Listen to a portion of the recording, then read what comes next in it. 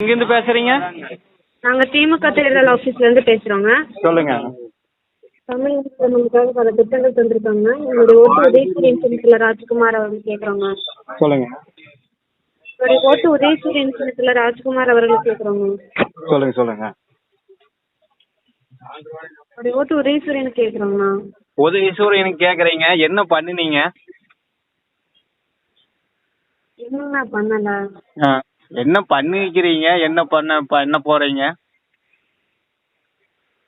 நிறைய திட்டங்கள் கொண்டு வந்திருக்காங்க, அதெல்லாம் இனி நிறைவேற்றுவாங்கண்ணா. என்ன திட்டம்? ஒரு திட்டமே எங்களுக்கு கிடைச்சதே இல்லைங்களே. எங்க கிராமத்துக்கு எந்த திட்டமே கிடைச்சது இல்லையே.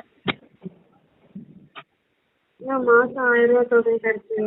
ஏங்க மேடம், 1000 ரூபாய் கொடுத்து ஒரு ஊர்ல ஒரு 100 பேத்துக்கு மட்டும்தான் அந்த 1000 ரூபாய் கொடுத்துருக்கீங்க. ஆனா அதுக்கு நிறைய பேருக்கு கிடைக்க மாட்டேங்குதுன்னு சொன்னாங்க. அது கரெக்டா அது கிடைக்கவே நீங்க அப்ப அதை அறிவிக்கவே கூடாது இல்லைங்க மேடம். அறிக்கை கொடுக்கவே கூடாது இல்லைங்க. எல்லாத்துக்கும் கொடுக்கப்படும்.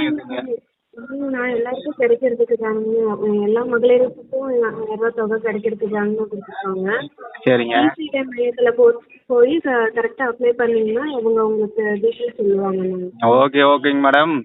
நம்பர் எப்படி எடுத்தீங்க? எங்களுக்கு ஆபீஸ்ல கொடுத்தாங்க.